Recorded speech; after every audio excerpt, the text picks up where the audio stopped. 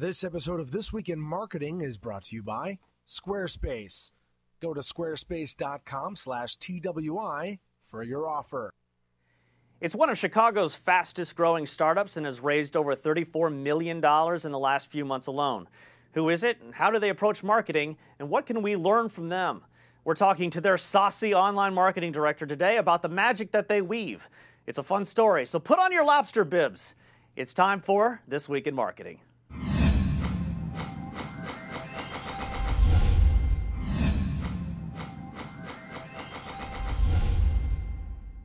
Hi, and welcome back to This Week in Marketing. If this is your first time, welcome. I'm glad you're with us. We have a fun show. We talk to the top people in marketing, whether that's CEOs, CMOs, new technology, or people that run campaigns, run product, run pricing, really try to hit on the 4 Ps. We are excited about our guest today. It is a guy that comes from a website called GrubHub.com, and I'm going to tell you all about that. But I want to talk about some other things first. And that is, one, I'm extremely sad today because I'm missing my co-host, Dan Granger. Dan Granger is in Michigan, and yesterday, I think he nabbed us a new interview from the guys that run Vibrator.com. Vibrator.com. I'm not kidding, and I really hope they come in because I'm naturally a pun person, and now that I have 3 kids, I'm a typical dad. I have to do even more puns. I cannot wait till the Vibrator guys come in. You're going to love the buzz. Okay. So I wanted to also congratulate a friend of mine that runs ShoeDazzle.com along with Kim Kardashian, and they just hit 1 million Facebook followers. You may, and I've got to get these guys on the network or on the show. I believe they've already done Jason's show. But from a marketing perspective, they really understand social media, and they've really embraced it. And if you ask me, like, well, you know, what is the ROI tied to social media?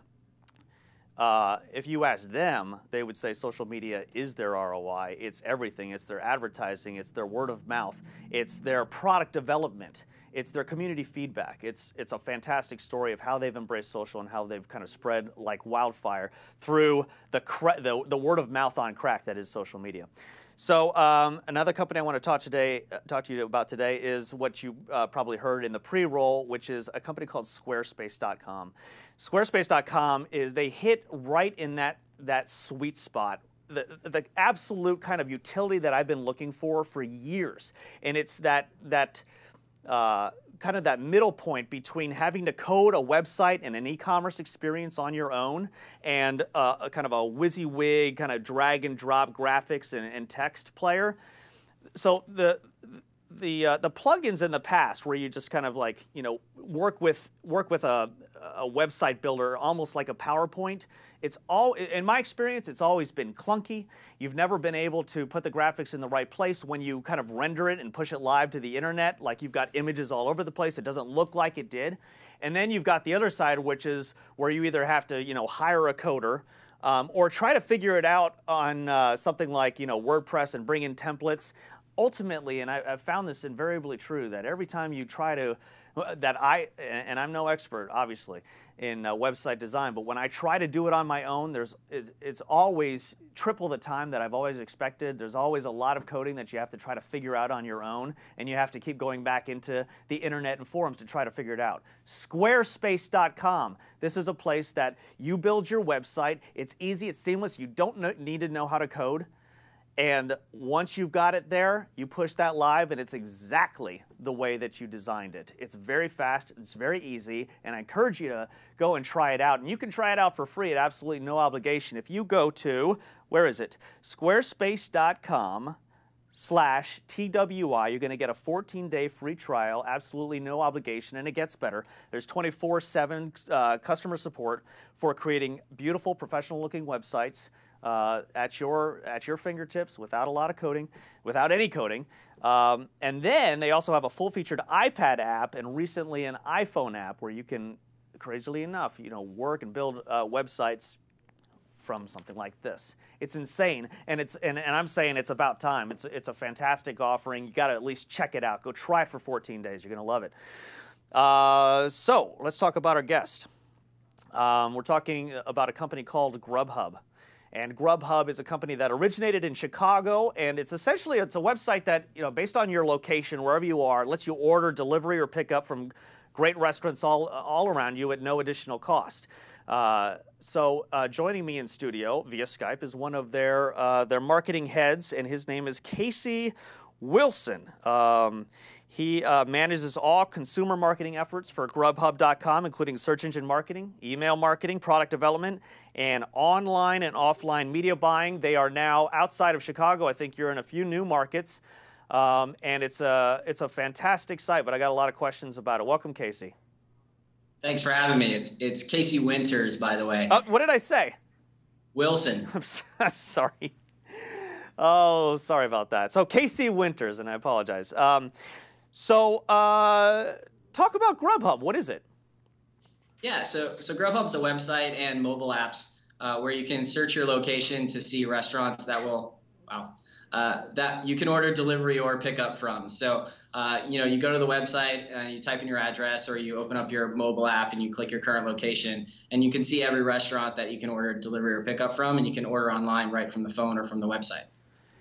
And how did the whole thing start? Where did the idea come from? Yeah, so the idea started from two web developers. They were working late a few nights, and they struggled because they couldn't find which restaurants delivered to their office or to their home.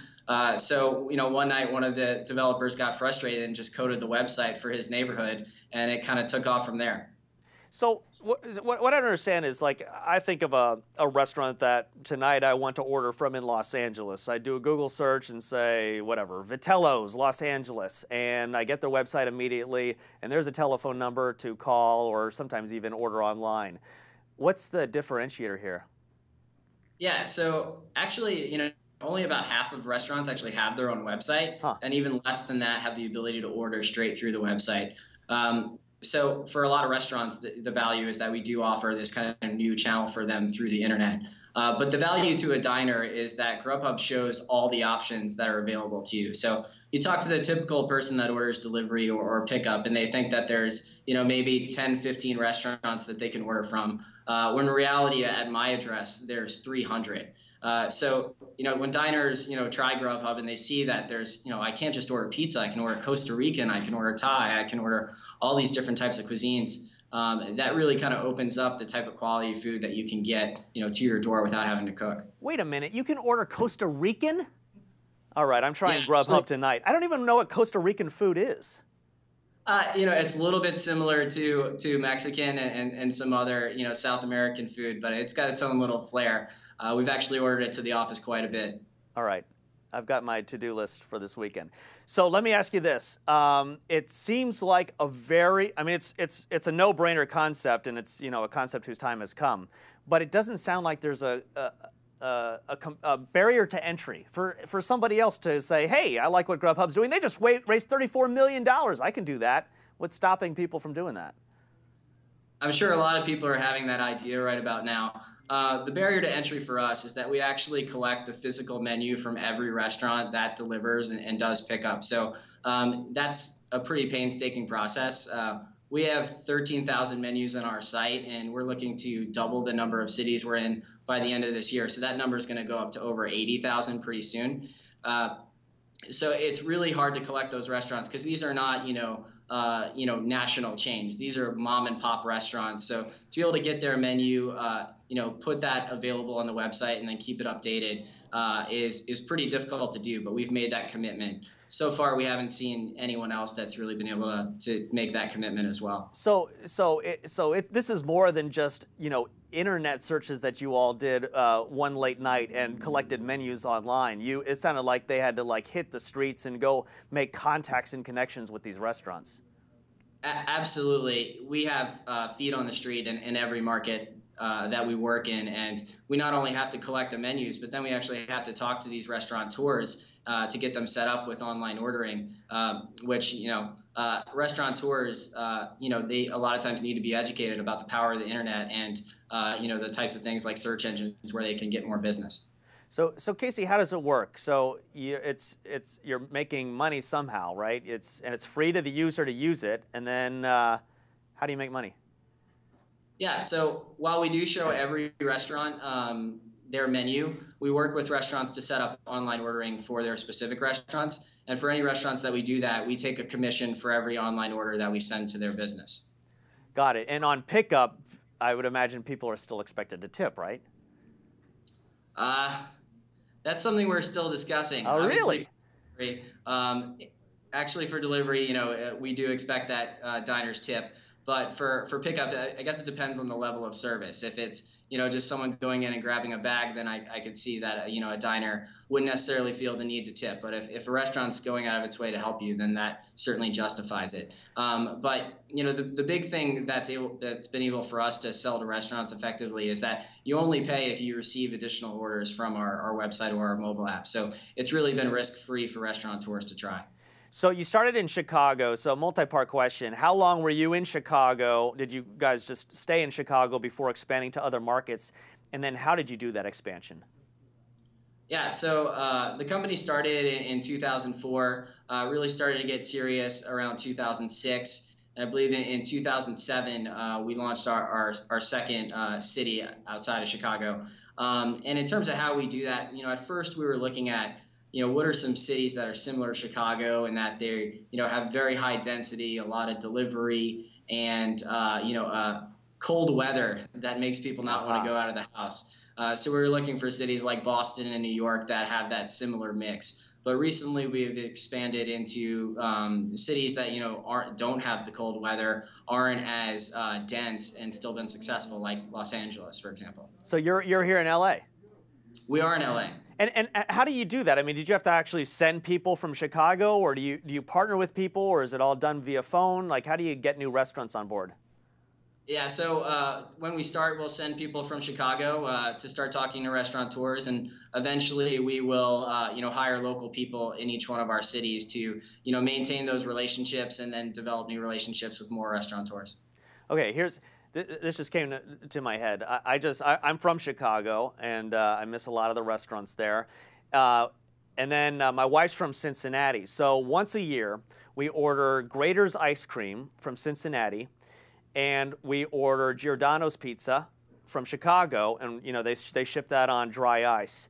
Is that another interesting way you could go with your business? People move all over the country, and they still want their. Do you remember the MASH? Did you ever watch MASH? I was not a MASH avid watcher. Well, no. there's this one fantastic MASH where they wanted to order Adam's ribs back from, I think it was in Cleveland or somewhere, Ohio or Kansas, I don't know, and they had to get it over to South Korea. And, that rang true with me, the different cities that you've lived in. And now for me, it's Phoenix and San Diego and Tucson and Miami and Chicago. I've missed different restaurants from around there. I wonder if that's a side thing that GrubHub can get into. Dang it, no, I'm going to start it. I didn't tell you that. Someone edit this. No, seriously, do you think there's market demand for that? I think there would certainly be demand for that. We're trying to stay focused on, local delivery and pickup at this time. Yeah. But I think there's certainly a great business there, and there's probably a problem that some more great entrepreneurs can tackle. Maybe yourself. Yeah, that's fine. And you've got a great business. So the question is, how are you promoting it? How do you tell the world about it? Aside from this show. And right now, my mom is watching, and my uncle in Boca. Well, I think they'll both be great customers of ours. We do lots of different things. We obviously do quite a bit of search engine marketing, for people that are searching for food at specific times. We do transit advertising. As you can see, an ad behind me is one of the transit ads we've been using. We also do, social media as well. The biggest thing has been the word of mouth. Once people try the service, they tend to tell others about it, and that's really where we drive most of our new diners. That's great. So word of mouth. And I checked out your social presence, and it's decent. But I would imagine that you're missing some opportunity somewhere, because with word of mouth so strong, you should see a kind of a direct relationship to what's going on in social media. So how do you plan to bolster your efforts there?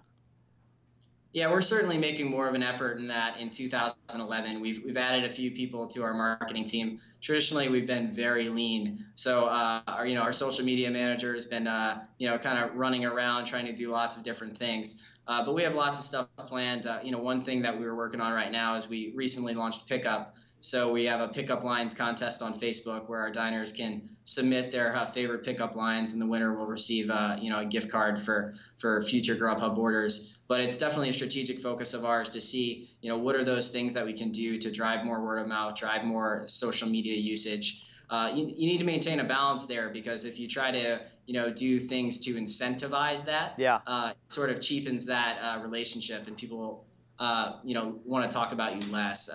The other big initiative for us has been mobile. The growth in mobile orders has been huge for us. When we launched our iPhone app last year, it was about 2% of mobile orders. 2% of orders were coming through from mobile devices. Now that's over 12%, and we expect it to be over 25% by the end of this year. Side question, you probably occasionally have a customer which gets a horrible meal or it's super late. How do you work with the restaurant to try to kind of fix that customer problem? Yeah, we always do whatever we can to take care of our customers. We have 24/7 customer service, and our goal is to make sure that we do whatever we can to make them happy. While we're not delivering the food, if there's a problem, we take care of it, whether that be refunding the order or making sure that the restaurant delivers that back on our dime. We're going to make sure that the diner stays happy. Yeah. So but what is your preference in that scenario? You probably want the customer to come back to you to try to figure out the solution, right? Yeah, absolutely. We can't control necessarily the customer service at each individual restaurant we work with. So we prefer the diner come to us. We take care of it on the restaurant side, and it's a smooth experience for the diner no matter what. What we do is we try to hold our restaurants to a high level of customer service as well, through the process of selecting and keeping them on the site. But we manage that relationship with the diner. So if something goes wrong, it's on us to fix it. Final question, is TV in your future? TV's been a great medium for a lot of advertisers. We are not yet working with CPC budgets over here yet. So I think it'll be a while before you see us attempt anything like that. We've been focused on things that work for us, like transit advertising, search, and our big focus is on mobile. Many of our diners are kind of the young urban professionals, and they're spending less time in front of the TV and more time in front of their laptops and their mobile devices. So our focus has been to try and reach them in those areas or in the situations where they're using those devices, like on the bus or the train. So thank you, Casey. GrubHub.com. It's in a city near you or probably coming to you. Check it out online and order something from them. Hey, Casey, can you stay around with us so we can play some different marketing candy games?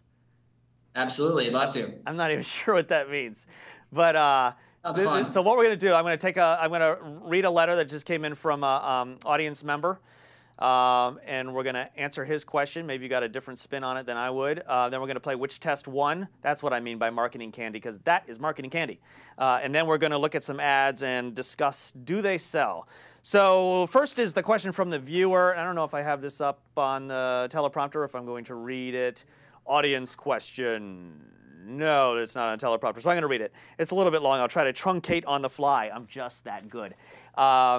So this guy, his name is Nick, and he says, I want to know your views on the impact of big business entering the business of PPC, so pay-per-click search engine marketing, and targeting the small business. In his experience, two things are happening. First, the small business ends up with dealing with a salesperson who doesn't have a lot of time, and isn't well versed in the logistics of managing a kind of a local search engine marketing campaign. And the second thing is that companies such as Reach Local, which is interesting because we just interviewed them a couple weeks ago, they're trying to work out ways of automating the management of these campaigns, and doing so, reducing the effectiveness of what you can actually get out of search marketing. So he says on one hand, he loves Reach Local because they're bringing more advertisers into the search fold. On the other hand, the overhead that comes with spreading the message leads to reduced spending on the important things such as campaign management, and you know as well as I do that campaign management in search is everything. So he wants to know the thoughts. Is Reach Local a necessary force to help advance the penetration of online marketing? Or will the market eventually stabilize with a more transparent model such as Trada? Do you know Trada, by the way, Casey? I do not know Trada. Trada, and this is full disclosure, I just learned 10 minutes ago, is an advertiser on the network, not on this show, but I believe in This Week in Startups. Twist to those in the know. They've got a really cool model. It looks like what Trada does is crowdsource search management. I don't understand exactly how it works right now, but they basically let people compete against each other on the management of a campaign, and the people that can exceed the goal, say it's cost per acquisition goal or some ROI goal, they actually make the difference. Well, the combination of Trada and this kind of crowdsourced person make up the difference between what the goal is and what they were actually able to achieve. They gain this money right here. So, and Nick here, the questioner, is saying that's a very transparent model. Is that where the market's going to go? Or is something like a Reach Local, and do you know Reach Local? Yes, and I actually remember Trada now. Thanks for that. Oh, you do? Okay. Reach Local, which is basically, they're saying we're your advertising agency for all things online, Mr. Small Business Owner in Des Moines. Do you have opinion? Do you have an opinion on whether companies like this are good or bad for the industry? Yeah, I mean, I think overall it's good for the industry to introduce a lot of these small businesses to the value that online marketing can provide. One of the values of search marketing is the continued optimization. So I would worry a little bit about, small businesses not being introduced to the full value of what search marketing can do. But I think it's certainly important to get the message out there that this is a valuable way for these businesses to reach, their customers. This is where the customers are largely going to. In terms of Reach Local versus Trada, I'm not really sure which one would be the better one over time. I do think that having a person that's actually optimizing the campaign is extremely valuable. I'm imagining you also pay a little bit of for that versus Reach Local, though.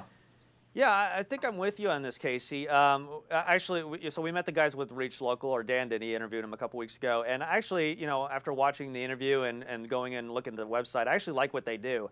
And they probably do bring a lot of people that be gun shy about search marketing. What I would say, though, is I think the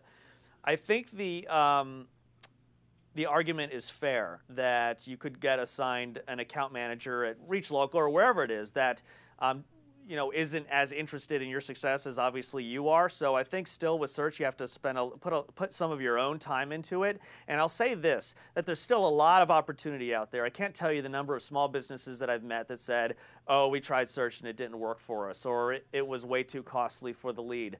I don't think you're trying hard enough. There's still a lot of opportunity out there. And I would say really focus on the key terms that you're choosing, on the landing page. The landing page is so crucial. Not only in terms of like, are you going to get the sale, but also kind of the way Google thinks about your the customer experience, and I've heard rumors that it affects the quality score of the Google cost per click, and the bidding. So while I think I think what you do is, if you're new to search, talk to these companies, see if they make sense for you.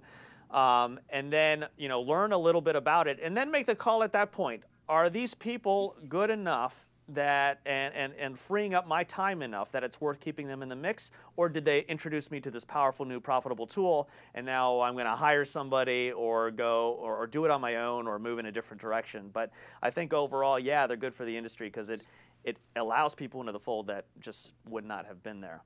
So, Casey, and I hope you can see this. We're going to play Which Test 1 from our friends at whichtest1.com. Today, we are looking at, I believe it's an email, an A-B on an email. And the question is, are we getting it? I think oh, here it comes. The question is about an email subject line. And it's which one got the more of the opens, which email subject line got more of the opens, but which actual email, once you open, got more of the clicks. And so here we go. Version A, the email subject line is, your opinion counts, win a Fiji hand tote. An email in the subject line in B is, take the 5-minute Fiji survey, win $50. Okay, here's my opinion. I don't know the answer to this. Do you want to go first? Ooh, there's a lot of stuff that would tilt me in either direction. Yeah, me too. I'm going to go with the monetary value. Monetary, okay. I'm going to go with the other one. I'm going to go with the Fiji tote because I don't know what a Fiji tote is. And it's intriguing enough for me to open it as opposed to $50. I don't know. It's $50. It sounds, it's not enough to get me moving on an email. Maybe it depends on somewhat on their target, but the Fiji tote is like, I at least want to see what the picture of the Fiji tote looks like. So, and then what I'm going to say is that the other email got more click-throughs. I don't know. I don't know if that's the case, but I think the other email is going to get more click-throughs, and the reason is because in the email, you can actually see the email there. You don't see the Fiji tote. So it's like, what am I getting at this point? And I think people abandon versus $50. Now you're saying, oh, it's 5 minutes and I can win $50. I'll try that. So version A gets more open rates. Version B gets more click-throughs. That's my answer, and I'm sticking with it. What do you think gets more click-throughs? I'm going to say that version A actually gets more click-throughs because if you are able to get someone who thinks their opinion is valuable, then they're already kind of hooked. Whereas if you're looking at someone who's clicking in for the money, they might read the details and see that, oh, the chances of me actually getting this money are pretty slim. So I'm going to actually do the reverse of you just for fun. Dang it, you're right. You're probably right. All right, let's take a look at the winner, which is me. Oh. Subject line in version A, 12.3% higher open rate, but version B won the test because it generated 25% more click-throughs. Does it say why? Blah, blah, blah, blah, blah. It says the subject lines were the only things that were different. That's interesting. So the lesson learned, they say subject lines are not the only important, are not only impact open rates, but also click-throughs. So that makes sense. So I'm right. But you know what? It could have gone your way. I can see your logic as well. Just for me, it was vague enough about what a Fiji tote was that I wanted to see what that was. Whereas $50, I was like, well, who's going to win that? Okay, so we are now at the point that we all love called Does It Sell? We're going to look at 3 different ads today if we have the time. And I believe we are starting with Allstate. Allstate, yes. I'm some guy you just met. You listed this midlife crisis on the internet, and 3 emails later, you trusted me with a test drive. I think everybody knows this campaign. This guy is... How hard can this be? He's the maniac that crashes your car or runs over people and small animals. Look at that! So get Allstate. How can he be so happy after that crash? That would kill me. Look at him. He's running away. Dollar for dollar, nobody protects riders from mayhem like Allstate. And then Allstate comes in and says, we protect you. So, do you want to go first? Does that ad sell you? Yeah, it's interesting because I actually love the Mayhem campaign. Mayhem, that's what it's called. That's right. I think there's a lot of differences in the quality of each individual ad, and I do not think that's one of the better ones I've seen. The one with the state flag and the shaky of the tree, I feel like really drive home the dangers of not having insurance. But that one, I'm a little bit confused on the setup. Yes. They're trying to tilt it a little bit. Absolutely. I didn't even understand that. I literally had to watch it 4 times before I understood what was going on. Like, why was this motorcycle in this guy's driveway? And I think there was a copy problem there in there somewhere because it wasn't clear. And I'm going to agree with you. That did not sell for me. I do like the Mayhem campaign. What I think this ad actually did was basically say, if you own a motorcycle, please get insurance. But it didn't tell me any reason why I should use Allstate on that. So we are, I think we're in agreement, right? That does not sell? In agreement. Yeah, and I do like that overall campaign too, but fail on that one. Absolute fail. Okay, so we are going to go to, I think, one more ad, and it's Captain Morgan. This is going to be awesome. Savvy. St. Croix, 1861, or 1661. So I like the setup. This is it's like Pirates of the Caribbean, but with a cooler narrative.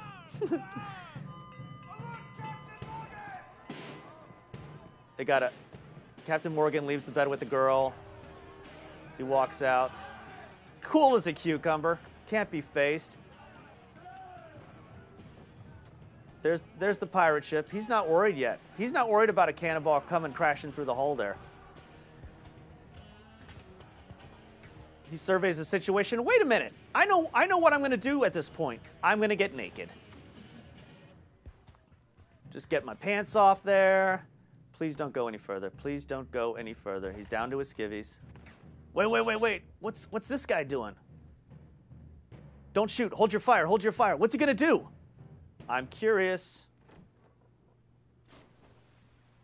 He's going to dive in the water. And they're going to go crazy. Of course they do. Of course they do not shoot him at this point. No, they have a drink with him because that was a great dive. And they can't believe his cojones. Oh, Captain Morgan.